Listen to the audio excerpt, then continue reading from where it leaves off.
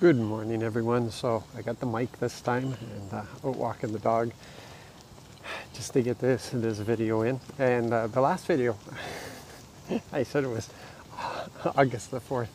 And that's not quite right because we're in September.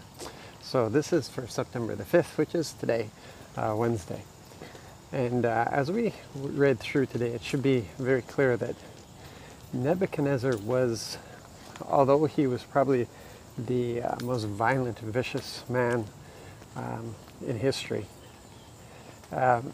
he was also used as a tool of God to bring correction and basically to remove all the culture and all the things that were wrong in the land. And Nebuchadnezzar was very good at that.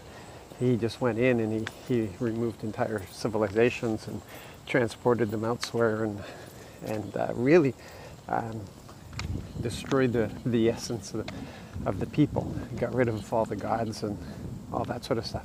In fact, when Nebuchadnezzar showed up in outside of Jerusalem, he announced, "Hey, I'm here because your God sent me here." And for him to have that realization is pretty impressive. And later on, we know the relationship he had with Daniel and the things that God revealed to him, and that man saw a lot.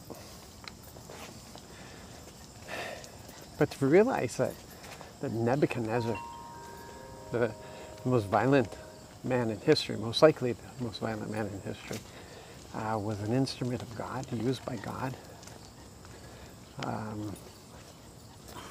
It poses a lot of questions, especially in the day and age that we're living in right now, in the era of Trump, and really the overall, it's anti-authority, it's anti-government. There's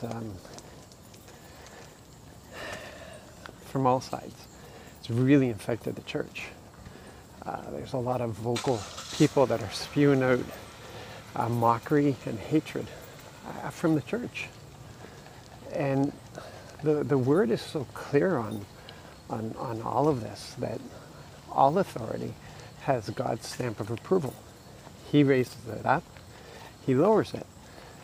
So because we have freedom, he raises up an authority, and if they step out of bounds, then God will take care of it, as he did with the Babylonians, because they went way too far. He gave them the authority and he gave them the mission, but they just went too far with it. So he gave them 70 years, and after 70 years, that empire was destroyed and replaced by another one. So, and these were all prophecies that we read in the Word for ourselves. Big truck coming, just a second.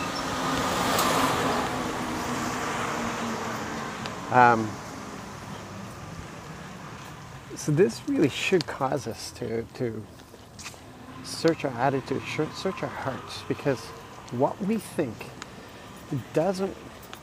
shouldn't measure up to the heart of God.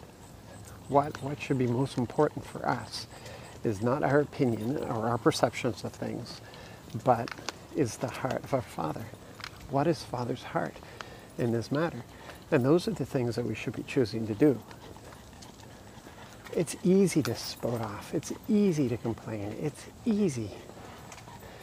But to actually love, to actually do what the Word says, which is to support and encourage and pray for the authorities that he puts in place.